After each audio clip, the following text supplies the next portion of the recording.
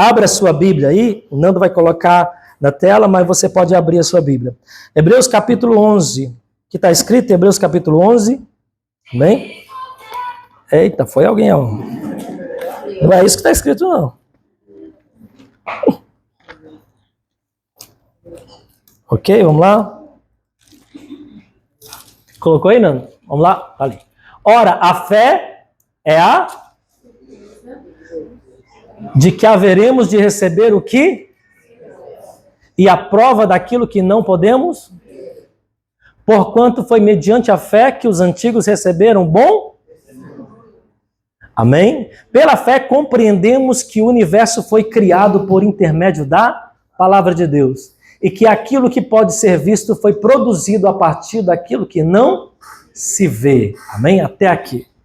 Isso é um bom emblema filosófico, muitas vezes até para muitas pessoas, né? Certo? E cada vez que eu vejo que nós estamos avançando, né? Chegando ao final de um propósito, porque eu acredito que o propósito aponta sempre para o fim, né? E há um dizer em provérbio que diz que o fim das coisas é melhor do que o começo. Diga, o fim das coisas é melhor do que o começo. Porque tudo que você começa, você tem um propósito. Qual é o propósito? O fim. Não há nada que você começa na sua vida que não está com o objetivo a chegar a um destino. Se você começa uma corrida, qual que é o propósito da corrida? Chegar ao fim da corrida, porque ninguém vai aguentar ficar correndo a vida inteira, né?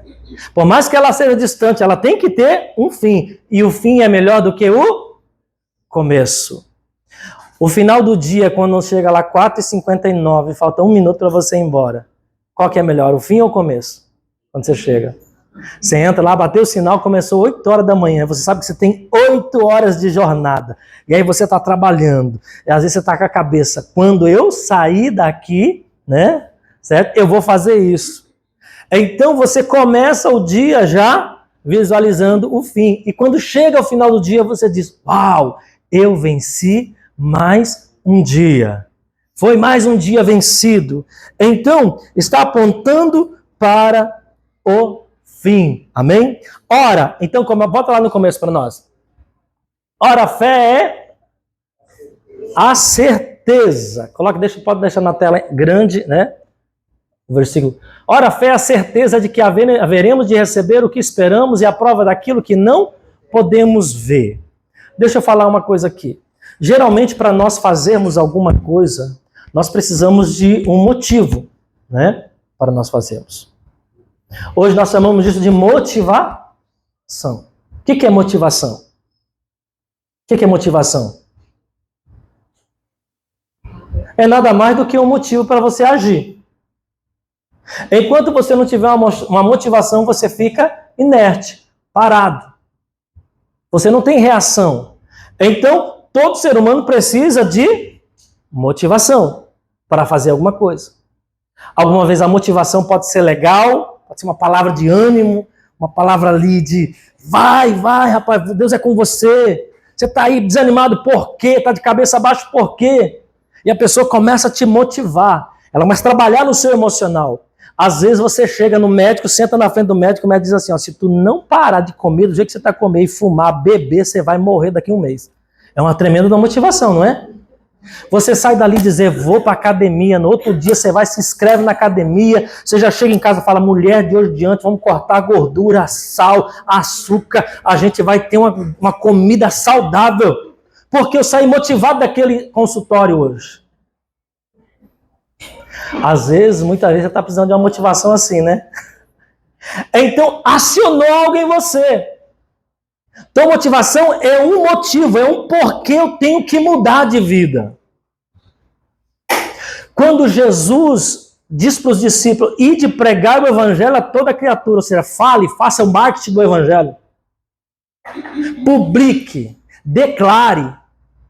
Falem para as pessoas o que é o evangelho. Uma palavra grega que traz o sentido de boas novas, boa notícia.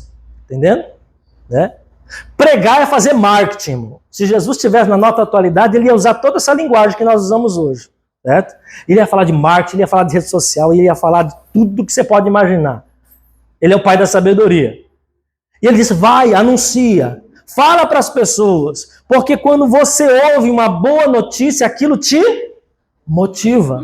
A boa notícia, deixa eu dizer uma coisa para você, eu falei de duas coisas aqui no começo, quando você senta na frente do médico, o médico te diz, dá uma notícia para você que faz você mudar de vida. Foi uma boa notícia? Aí você fala, não, o médico falou, se ele não falasse, você morreria. Diga para a pessoa ao seu lado, diga, você precisa estar preparado para ouvir verdades. Uma verdade é uma boa notícia. É quando alguém diga para você assim, com todo carinho, toma vergonha na tua cara, você precisa mudar de vida. Aí você fala, me ofendeu? Não, só os tolos se ofendem. Diga para a pessoa ao seu lado, diga, só os tolos se ofendem. O Fred dá aula, você vai ter que dizer verdade para os seus alunos, não vai? O cara chega atrasado na aula e fala, você quer ser campeão? Desse jeito, meu filho? O cara tem uma disciplina alimentar, não cumpre. Você quer ser campeão desse jeito? Toma vergonha, você vai ter que dizer verdades para a pessoa. Em amor, mas verdades. O médico disse uma verdade para o paciente, olha, você toma jeito, porque senão daqui um mês a tua família vai estar velando você. Senão você vai morrer.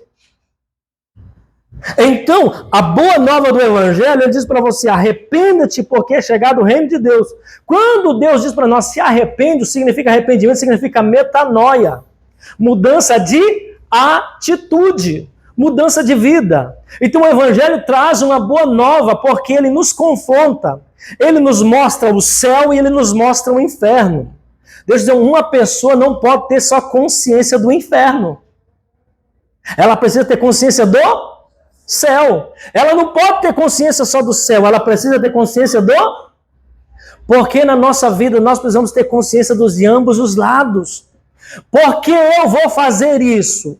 Pense em uma coisa, irmão. Por que é que eu vou fazer isso? O ser humano, ele é motivado por isso, ele precisa saber o porquê ele está fazendo. Ele precisa saber o porquê ele está fazendo. Por que você faz dieta? Por que você se esforça? Por que você trabalha? Por que você estuda? Por que você acorda cedo? Por que muitas vezes você dorme tarde? Por que você tem filhos? Por que você casou? Por que você veio à igreja hoje? Por que você vai trabalhar? Por que você faz o que você faz? Tem que ter um motivo. Tanto para um lado como para o outro. Alguns dizem, eu vou trabalhar porque senão eu não pago minhas contas. É o lado negativo. É ou não é? As contas vão chegar, o cartão de crédito vai chegar o mês que vem. Aí você fala, eu tenho que trabalhar, senão eu não pago as minhas contas. Agora, eu tenho que trabalhar porque eu quero prosperar. Amém? Então, quando você prega o Evangelho, você está dizendo, eu quero te anunciar coisas boas. Olha, o Evangelho traz um confronto de arrependimento, de mudança de vida. Mas não é só para você não ir para o inferno, é de você entrar no reino e na herança que Deus tem para a tua vida. Então não é só o lado ruim, é o lado bom da coisa, amém? Então motivação te desperta, amém? Abre o teu olho, te dá um choque, mas a motivação, diga, dura pouco. Motivação dura muito tempo? Não. Quantos já assistiram um filme e se sentiram durante o filme assim, uau, vou fazer isso? Filme de superação, eu gosto muito de assistir filme de superação, né? Filme que conta a história de alguém que batalhou, trabalhou, foi humilhado, tá, e o cara chega ao topo, você fala, vou sair daqui, mas dura nem 30 minutos, irmão. Você tomou um banho, parece que lavou a motivação, foi pro ralo abaixo, entendeu? Motivação serve para despertar você. Mas você precisa de uma outra coisa, diga ativação. Ativação é colocar em prática aquilo que você foi confrontado. É o cara que estava lá no consultório médico, ouviu aquilo, saiu de lá, alarmado, despertado, dizendo, eu vou morrer, misericórdia, eu preciso fazer alguma coisa. Ele foi despertado, mas se ele não ativar, ele vai chegar em casa no outro dia, tá ele comendo de novo, bebendo de novo, fumando de novo e sedentário novamente. É ou não é? Então diga, motivação precisa de ativação. É colocar em funcionamento, é praticar. A prática de uma atividade é movimento. Na motivação eu sei que eu preciso sair do lugar, na ativação eu saio do lugar. Por isso o apóstolo Tiago, quando ele escreve à igreja, uma igreja que estava vivendo em fé, a uma igreja que estava proclamando, que estava falando muito de coisas boas, ele dá uma palavra que confronta, diz, não sejais apenas ouvintes, mas praticantes. Ele diz, ok, vocês estão motivados, eu estou vendo que vocês estão aí muito falando sobre isso, mas agora eu quero dizer para vocês, não sejam apenas ouvintes, mas praticantes. Ative aquilo que vocês ficaram sabendo. Ative na vida de vocês, amém? Porque às vezes a gente vê pessoas que a gente julga não ser tão inteligente, não ser tão bonito, não ter todas as qualidades que você tem e fazendo grandes coisas. Porque ele escolheu pegar o pouco que ele tem e ativar. E às vezes a gente tem tanta coisa, mas não ativa nada. Você pode ter um cartão de crédito, um cartão que tem lá um valor para você usar. Você tem ele. Posicionalmente ele é seu, está com o teu nome. Mas você precisa lá no site ativar. Se você não ativar, você não acessa o valor que está naquele cartão. Eu fiz uma conta no Nubank, né?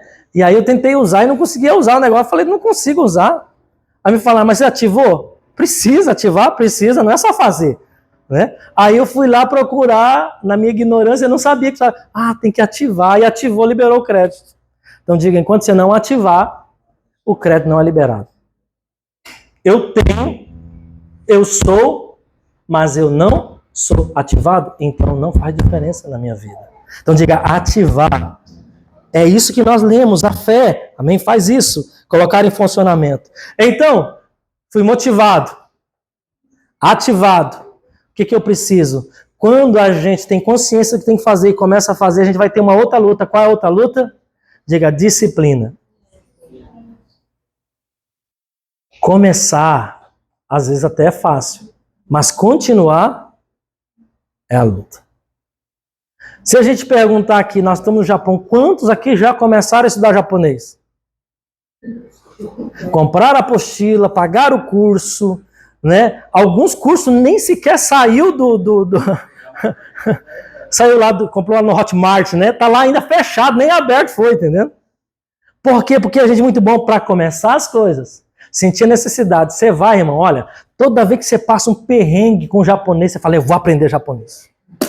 Vou aprender, agora vai. Não passo mais por essa humilhação.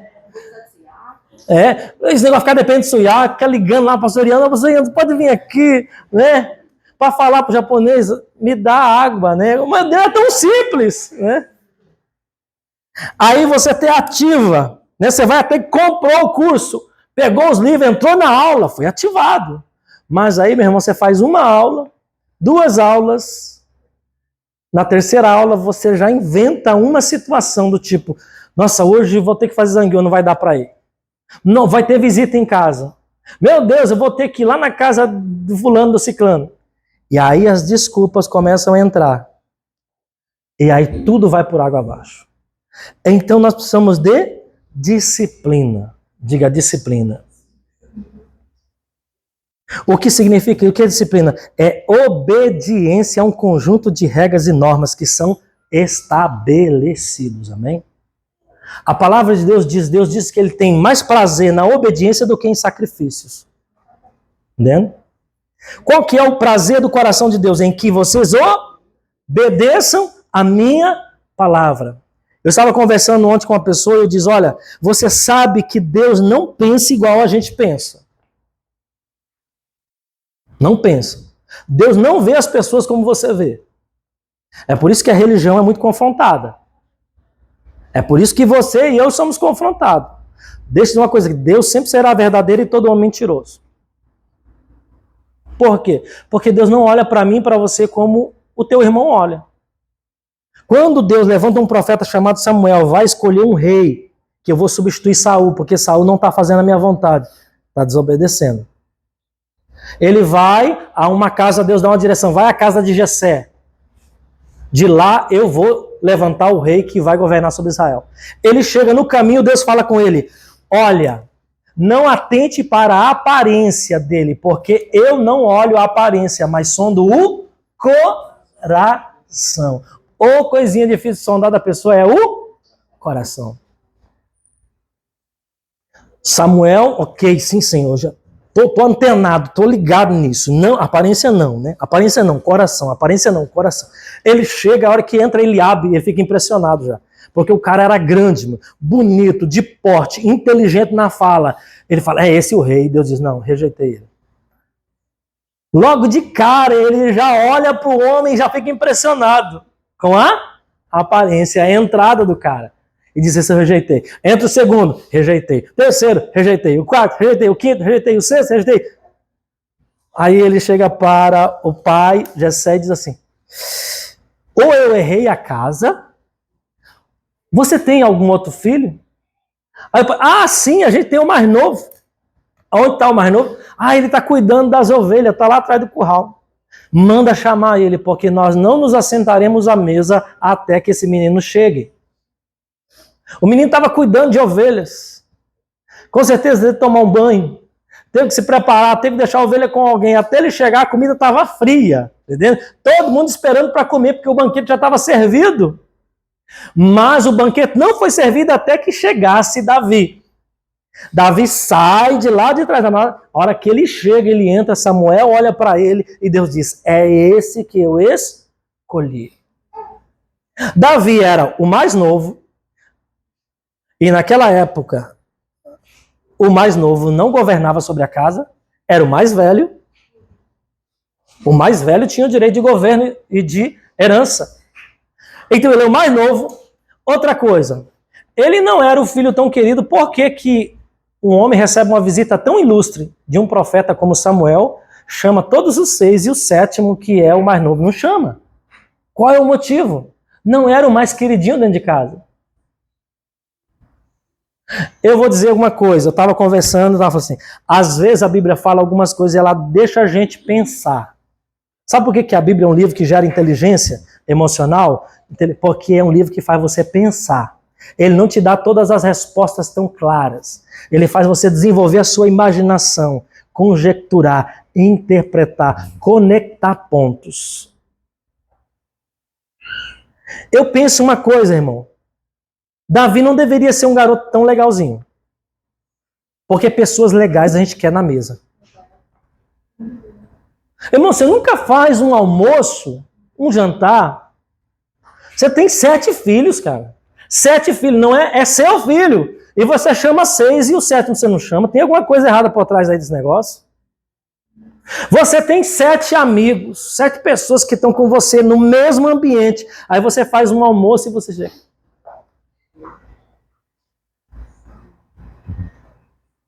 Fred, vem cá, vou ter um almoço lá em casa. 12:00 amanhã, tá? Aí você chama o outro. Cada um você chama. Aí o 7º você nem falou em público, porque você não quer que ele vá. Mas não comunica com o João não, viu? Tá bom? Mas é só para nós. Por quê? Porque o João não é bem-vindo. Porque o João deve ter alguma coisa esquisita. Ele deve ser alguma pessoa que é dissonante no ambiente, entendeu? Não é legal ter ele. Davi não era bem querido. Ele não era bem-vindo. Não existe nenhum detalhe dentro da cultura judaica que diz que o filho mais novo não pode participar de uma mesa. Se ele não foi convidado é porque ele tinha alguma esquisitice, irmão. Ele era alguém fora da curva. Toda pessoa fora da curva, ela é rejeitada. Diga o seu irmão, diga toda pessoa fora da curva, ela é doida, doidinho, esquisito, mas um dia todo mundo diz assim, é o cara. Vamos pegar alguns exemplos hoje, né? Nós temos um atual, um cara muito bem falado no Brasil, no mundo inteiro. Elon Musk, né? Era um cara que era considerado doido, né? Esquisito. Tinha uns projetos assim doidos, fazer foguete da ré, que é isso, irmão? Virou até piada, até meme. Mas o cara fez o foguete da ré. Ele tinha um projeto, ele tem um projeto de construir uma cidade em Marte. Todo mundo fala assim, Marte? Que é isso? Pode ser que dê certo.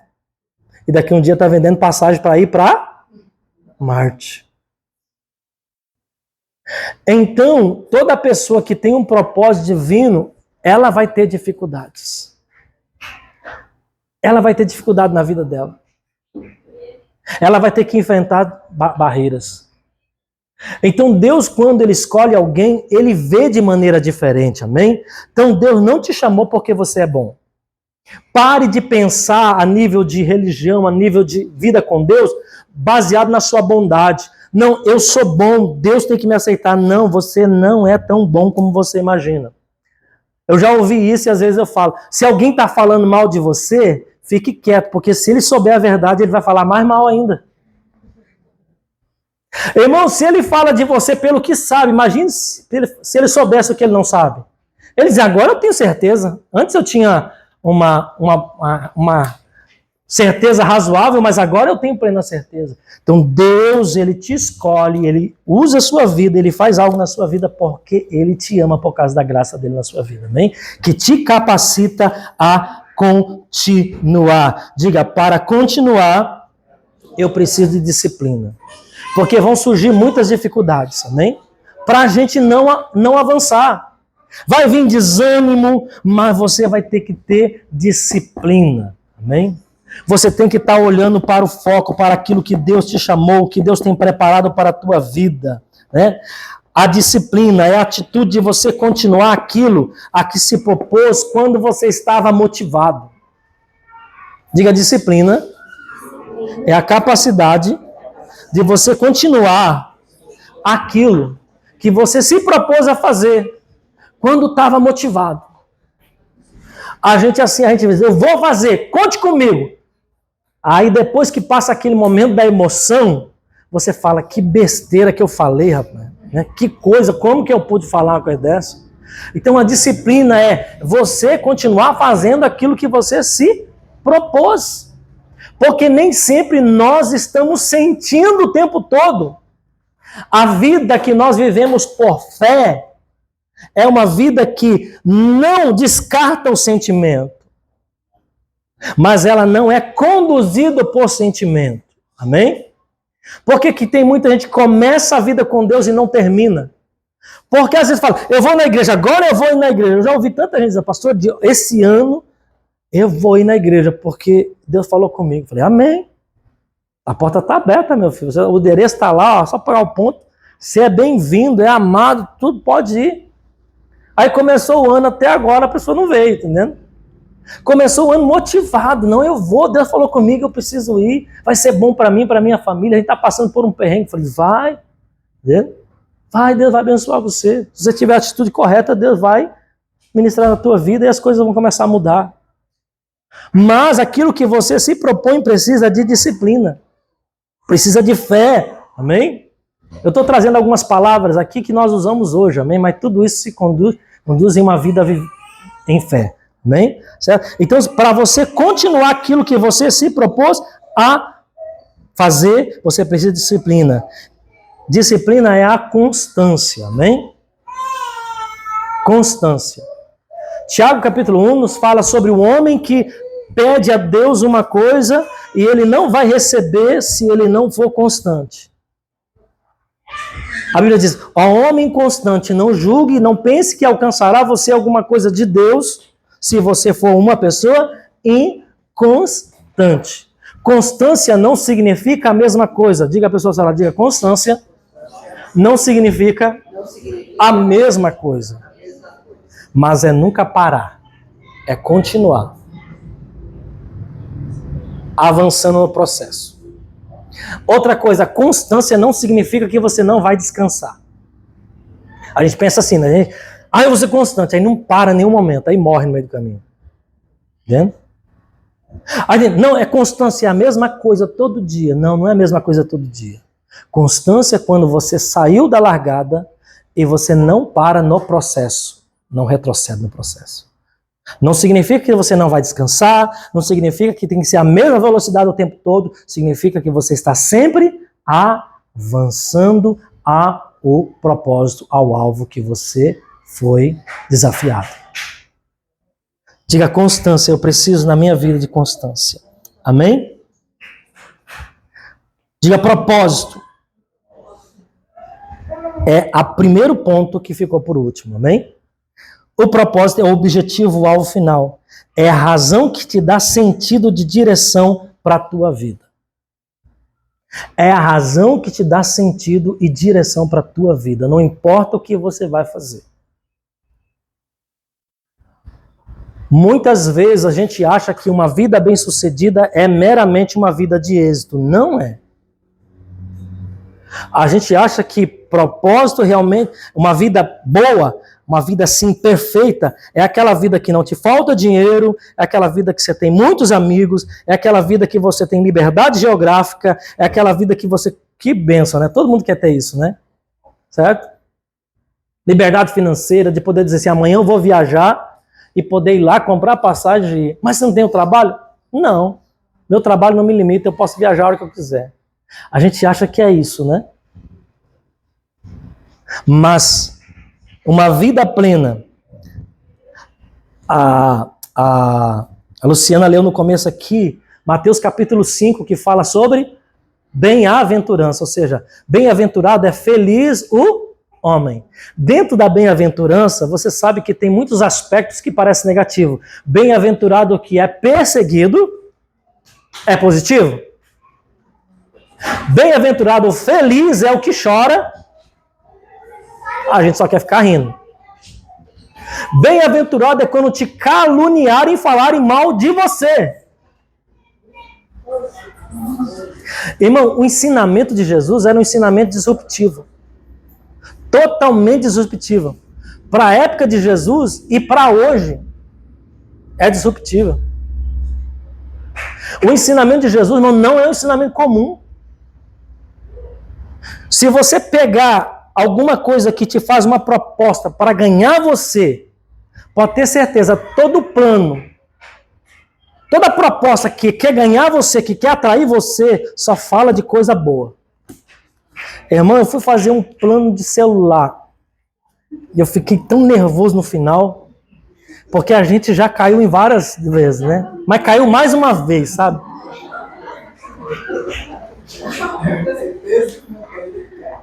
Eu falei, não, tô vacinado, irmão, tô vacinado. Tava nós indo lá no mercado fazer compra, e aí chega um cara assim, e ele disse, eu tenho algo para mostrar para você. Ok, ele veio, negócio todo persuasivo, eu falei, não, a gente já tem celular, já tem a conta. Não, mas é diferente. Você paga quanto? Aí a gente deu, e era pouco que a gente pagava, né? Você vai pagar metade. Eu falei, não, vai ter coisas, né? Eu falei, não tem, é só isso. Falei, não, mas tem outras taxas aí, Ana. Falei, não, tem outras coisas. Não tem, é só isso mesmo, eu te prometo. Eu falei, olha, se você estiver fazendo coisa errada, eu vou parar no meio do processo e eu não vou fazer, ele não vai fazer. Mas não tem mesmo, vai ser só menos de 1 hora. Rapaz, o cara fez um anúncio assim, ele foi convincente. Aí veio outro, irmão, e eles, assim, muito persuasivo, né? E ele, por favor, ele quase se ajoelhou, por favor, faz. E eu ali, falei, tá bom, amor, vamos lá, né? 1 hora, é menos de 1 hora. Rapaz, demorou umas 4 horas, mano. Eu tinha que ir lá, acho que eu tinha marcado uma coisa com o Nereu, aquele dia, Nereu, né? Tinha marcado um negócio com o Nereu lá, e eu falei, amor, eu vou ter que ir, não vai dar tempo não. Aí tive que deixar elas lá, mano, fazendo um negócio que não tinha como voltar atrás mais. E ele só falou que não tinha como voltar atrás mais quando tinha feito. Eu fiquei tão nervoso, mano. Falei assim, meu Deus do céu. O cara me fez uma proposta, e aí depois... Os outros vieram, não, mas ele não sabia, ele não entende. Mas como ele não entende? Os caras colocam um cara para fazer um anúncio que não entende. Já está armado o negócio. E aí já tinha feito, já tinha ligado para a Big Globo, já tinha desmarcado o negócio. Eu falei, meu Deus do céu, e ainda ficou lá mais de 4 horas lá com a Águia, os meninos. Aí teve que chamar o Abner, que estava em outro lugar, porque como o nosso plano é família, não tinha como fazer sem eles estarem com o celular. Irmão, o cara pregou algo para mim, uma mensagem totalmente distorcida. E eu fui convencido disso. Aí trocamos. Aí começou a aparecer os pepinos, irmão. Tem essa taxinha, tem isso, tem aquilo outro. É só 6 meses que vai ser esse preço. Eu falei, não acredito, coisa. E depois teve que voltar depois ainda para fazer o negócio. E o cara, e olha você vê, o cara que fez o negócio não estava mais. O evangelho não te propõe uma proposta enganosa. Jesus disse, quer me seguir, quer ser meu discípulo? Vai ter que negar pai, mãe, esposa, filhos e a si mesmo. Está disposto? Jesus disse, quer ser meu discípulo? Vai ter que tomar a tua cruz e seguir. Na época que Jesus disse isso, todo mundo sabia o que significava uma cruz. Só uma cruz romana, né? Todo mundo sabia o que significava. Jesus disse, no mundo tereis aflições, mas tenham coragem. Não sejam covardes, porque eu venci o mundo. Quando nós falamos de propósito, o fim, Deus não anunciou o evangelho com mentiras, irmão. Irmão, se esse Bíblia fosse um livro de persuasão enganosa, Deus tiraria da Bíblia o pecado de Davi. Sabe qual foi o pecado de Davi? Você sabe, né? Davi era um homem segundo o coração de Deus. Sabe o que ele fez? Ele mandou matar um homem para ficar com a mulher dele. E esse homem não era um homem qualquer, não. Era um soldado dos mais fiéis da sua guarda. Abraão, o homem que é chamado pai da nossa fé, sabe o que na Bíblia está escrito sobre ele? Que ele era um mentiroso e covarde. Porque quando ele sai com a sua esposa e vai passando pelo Egito, a cultura daquele lugar é, olha, viu uma mulher bonita, e eles falaram para ficar com a mulher, porque olha só a questão, olha para você ver a questão moral do povo naquela época. A gente não pode pegar uma mulher que tem marido. Ou seja, traição, adultério aqui, meu filho, o negócio pega. Então o que a gente faz? Mata o homem. Não é? Tipo, alguém quer ficar com a Yandra, entendendo? Nós não podemos adulterar, porque isso é imoral, né? Qual é a solução? Vai lá e mata o César, entendendo? Ela ficou viúva, nós estamos liberados, entendendo? De boa. Fizemos alguma coisa errada? Não. Para eles, o assassinato era menos pecado do que o adultério. Nós estamos nos dias de hoje que adulterar é normal. Aí mata o homem. Quando Abraão está chegando perto daquele lugar, ele fala, Sara, você vai fazer isso por mim. Não está pensando nela, ele está pensando nele. Quando chegar lá, você é muito bonita. E aqui tem essa fama, você sabe, né? Você vai dizer que não é minha esposa, que você é minha irmã. Chegou lá, os caras viram ela, gamaram nela e foram lá anunciaram pro rei, né? Sara era tão bonita que ele diz, essa mulher não é para qualquer cara não, essa mulher tem que ser pro rei, entendendo? Pro líder daqui da parada. Foi lá, disse, o cara olhou ela, ficou apaixonado, disse, eu quero essa mulher para mim. Foram lá, irmão, e pegaram Sara e levaram Sara como para ser esposa de Abimeleque, o rei daquele lugar. Abraão entrega, disse, não, pode levar minha irmã, por favor, vá com Deus, Deus te abençoe, Sara. Olha só, aquele esposo é a esposa dele, irmão. Vai lá, Deus, na sua misericórdia, não permitiu, entendeu? Que ela fosse tocada. Mas por Abraão não protegeu sua esposa. Deus chamou esse homem, levantou esse homem e fez dele o pai da... A Bíblia poderia riscar Abraão. Ou pelo menos poderia riscar esses pedaços, né? Assim, esquisito, que mancha a nossa reputação, né? Vou dizer uma coisa para você. Deus vai te usar. Ele não vai riscar nada da tua vida que mancha a sua reputação. Nada que mancha a sua reputação. Você vai ter as suas falhas, teve as suas falhas, só que Deus vai pegar você na sua fraqueza e vai te transformar. Porque é isso que funciona quando Deus tem propósito para nossas vidas, amém? Deus nos tira de onde a gente está, nas nossas fraquezas, nas nossas debilidades. Às vezes nós achamos que Deus vai fazer algo e nós vamos vencer porque nós somos os melhores. Nem sempre são os mais fortes que vencem as lutas, irmão. Nem sempre são os mais ligeiros que vencem a corrida. O provérbio diz que nem sempre os ligeiros vencem a corrida. Às vezes não é, Fred? No ringue não tem quando você olha e fala assim, aquele cara vai ganhar. Você olha o porte físico do cara e o outro é meio magrelo, aí você fala, esse cara não tem chance. E de repente quem vence a luta nem sempre é aquele que estava tão cotado para vencer. Porque tem aspectos nas nossas lutas, nas nossas batalhas, que são determinados por Deus e não por você meramente. Você faz sim a sua parte no sentido de se expor, de se colocar à disposição, mas é Deus quem dá a vitória. Amém? Porque, ora, a fé é a certeza de que haveremos de receber o que nós esperamos e a prova daquilo que não podemos ver. Ou seja, o que nos conduz a uma vida ao nosso propósito é quando nós colocamos a nossa fé em ação. Não é pelo que eu sou, não é pelo que eu tenho, não é pelo que eu sinto, mas é pelo propósito que Deus tem na minha vida, que eu vou chegar lá. Então, ora, eu tenho certeza que eu vou receber aquilo que eu estou esperando. Ora, eu tenho uma prova daquilo que eu não posso ver. Está embrionário ainda. Ainda está em embrião, ainda não posso ver. Ninguém pode ver. Está sendo gerada, ainda é uma sementinha que foi fecundada. Se for fazer um exame, ainda não vai acusar. É assim a mulher, não é? A mulher engravida. No momento que ela engravida, se ela fizer o teste logo em seguida, sai? Sai? Mas ela já está?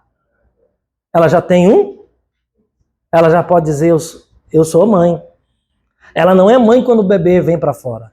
Ela é mãe quando é concebido. Deus não trata você como pessoa no dia que você nasce. Ele trata você como pessoa no dia que você foi gerado. Davi disse, quando eu ainda não tinha forma, os ossos não haviam se formados no meu corpo. O Senhor me conhecia, me chamava pelo nome. É por isso que tem tanta coisa hoje que nós temos que discutir, sim. Nós falamos sobre muitas coisas. Aborto, meu irmão, é um assassinato de uma vida. Ah, não, mas está ainda numa fase pequenininha. É uma coisa, é uma vida. A vida é gerada na concepção. Deus trata a vida na concepção. Ainda os exames não acusam, você não pode ver, você não pode sentir, mas está lá, já foi gerado. Deixa eu dizer uma coisa para você, na sua vida, na minha vida, tem coisas que Deus já gerou. Já gerou, tá aí, já foi gerado por Deus. Você não está sentindo, você não está vendo, mas você precisa crer. Porque a nossa vida nem sempre vai ser fácil as coisas. Aquilo que Deus tem para nós, muitas vezes parece distante, mas tem um processo, e nesse processo o Senhor será com você, amém?